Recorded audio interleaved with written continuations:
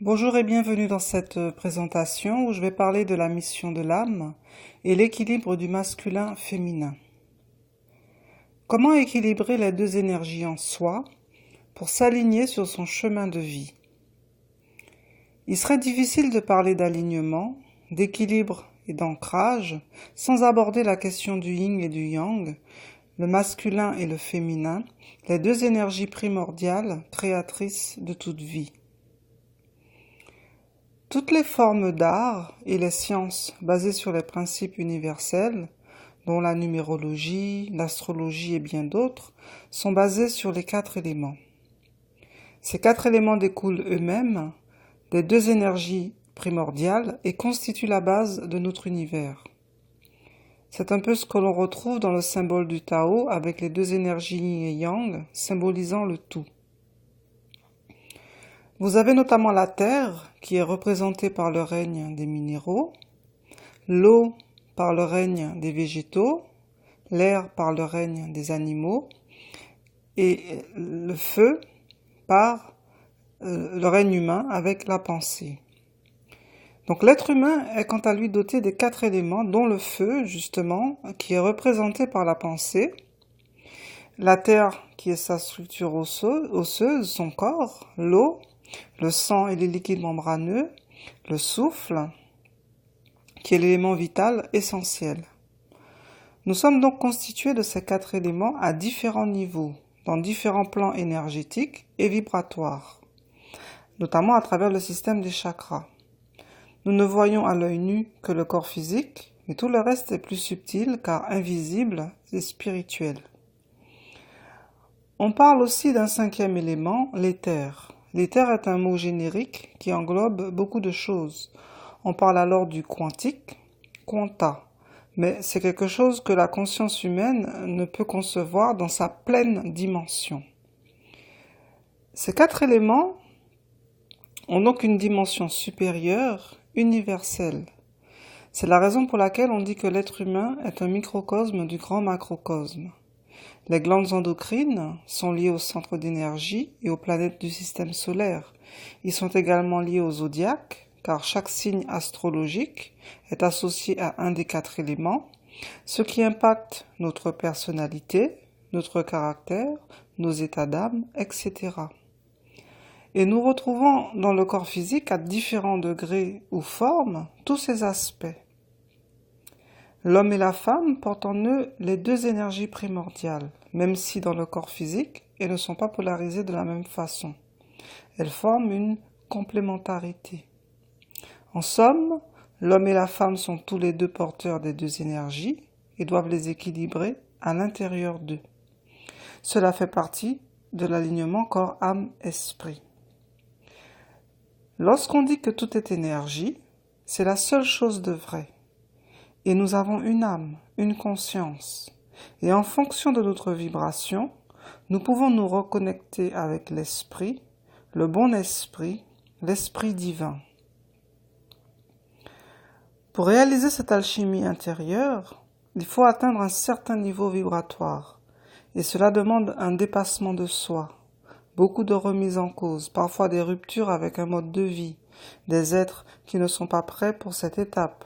Cela demande aussi de l'engagement, beaucoup d'amour envers soi, afin de revenir dans cet état de pureté que l'âme connaît.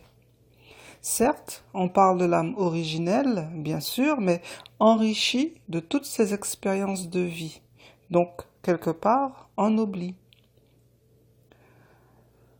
Nous sommes dans une société construite sur le principe masculin. Et même s'il y a un éveil au niveau spirituel, dans les us et coutumes, c'est toujours le principe masculin qui domine. On observe un regain d'intérêt pour le féminin sacré. Les femmes veulent renouer avec leur féminité, leur pouvoir de femme. Mais lorsqu'on parle de féminin sacré, il s'agit de l'âme dans son principe féminin, réceptif et créateur. Et pas seulement de sexualité ou de mystère féminin. C'est beaucoup plus vaste que cela. Pour équilibrer ces deux énergies à l'intérieur de soi, il s'agit premièrement de prendre conscience qu'on a ces deux énergies en nous, que l'on soit un homme ou une femme. Il s'agit de renouer avec l'intelligence du cœur, revenir en son centre, être dans sa nature profonde. Ensuite, il s'agit de réapprendre à utiliser les deux hémisphères du cerveau, équilibrés entre intuition et action. Le mental a pour fonction de conceptualiser, de structurer, d'organiser la forme. Or, nous sommes dans un système patriarcal qui a mis en avant la personnalité dans l'aspect mental-égo. Et on ne fonctionne plus qu'à partir de cette référence, ce qui limite notre champ de perception. Le rôle du mental est de soutenir l'intuition. Certains parlent de hiérarchie, mais en réalité, il n'y a pas vraiment de hiérarchie. C'est là encore un principe de la dualité. On dira que le principe féminin reçoit et que le principe masculin agit pour manifester. Ce sont des principes et des forces à l'œuvre.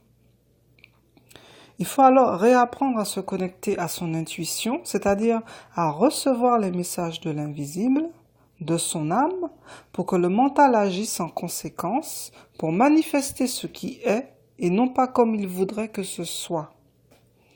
La personnalité humaine ne doit pas diriger notre vie. Or, nous ne sommes que dans des personnalités.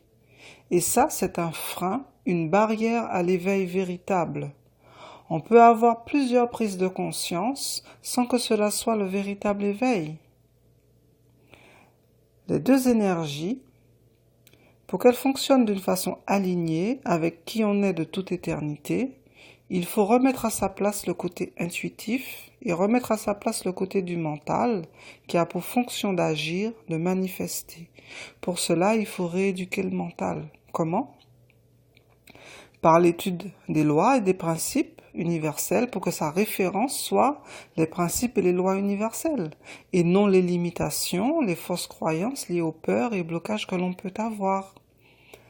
Le moyen le plus simple est de commencer par soi, par l'étude de son propre univers, étudier sa vie, sa numérologie qui donne des indications précieuses sur son bagage vibratoire d'incarnation. Cela passe par la connaissance de soi. L'illusion vient de la non-connaissance de soi, dans toutes les dimensions de son être. Sur le plan physique, à travers les messages du corps, sur le plan énergétique, à travers le système des chakras, sur le plan spirituel, par la reconnexion profonde avec son âme, sa conscience supérieure et divine, par la réunification globale de son être interdimensionnel. Un excellent moyen d'habituer son cerveau à utiliser plus souvent les deux énergies, c'est de fonctionner avec les lunaisons. Vous avez une année solaire avec les 4 saisons, les 4 éléments que vous retrouverez toujours partout. Vous retrouvez les mêmes cycles sur une lunaison de 28 jours avec les 4 semaines, qui sont encore liées aux 4 éléments. Pour cela, il faut pratiquer au moins 6 mois. Ensuite, ce sera plus naturel.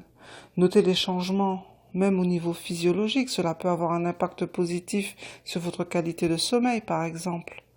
Le but est de passer d'un mode ultra actif et masculin à un mode plus ouvert, où vous allez avoir plus de ressources, plus d'énergie, plus d'idées nouvelles pour avancer dans votre quotidien. En étant branché sur votre canal intuitif, vous êtes connecté à votre source intérieure et c'est ainsi que vous pouvez devenir autonome. Car ce qu'il faut intégrer, c'est que votre âme a toutes les réponses, non pour votre voisin, votre mari ou votre femme, mais pour vous. Avoir le réflexe d'aller chercher les réponses à l'extérieur est un conditionnement qu'il faut changer pour gagner en autonomie. À partir de là, le chemin de vie, quelle que soit la façon dont on le définit, il deviendra de plus en plus fluide, car le but, c'est être pleinement dans son expérience d'incarnation, dans la vibration de son âme et unifié dans toutes ses parties. En conclusion, je dirais, il est vital de développer son intuition pour gagner en clarté. Pourquoi? Parce que souvent, on définit ses objectifs selon des critères extérieurs. Et lorsqu'on commence à développer son intuition, à écouter sa voix intérieure, petit à petit, on change d'orientation. On n'a plus envie de telle ou telle chose. Cela peut être déstabilisant au début, mais un bon moyen de dépasser cela, c'est de prendre l'habitude de faire ce qui vous paraît juste au moment présent. Ça change, c'est pas grave. La vie est mouvement et c'est normal. L'important, c'est de grandir intérieurement et d'être toujours aligné. Si vous maintenez ce nouveau rythme pendant suffisamment longtemps, vous allez voir émerger à votre conscience des nouvelles idées. Vous allez attirer de nouvelles personnes dans votre champ de vie. Il est fort probable qu'il y a des choses dont vous ne voudrez plus, des personnes que vous ne supporterez plus, etc. C'est normal. Faites un bilan régulier et retenez ce qui vous paraît pertinent. Votre nature véritable va petit à petit reprendre le dessus, à condition bien sûr que vous n'entrez pas en résistance. Le résultat de cette alchimie intérieure va amener un nouveau souffle qu'il faudra accueillir. C'est le germe d'une nouvelle réalité, plus consciente et plus vivante. Équilibrer les deux énergies en soi devrait amener vers plus d'unité. Pour accéder à son véritable pouvoir, celui de créer sa vie selon ses aspirations profondes, et surtout renouer avec la destinée de son âme. Donc voilà ce que je voulais partager avec vous à travers ces différents échanges. Si vous voulez aller plus loin, allez sur le site éveillévie.com et téléchargez les 7 clés essentielles du chemin de vie, où je développe davantage cette approche de la mission de vie et de la mission de l'âme. Donc voilà, merci de votre écoute et à très bientôt.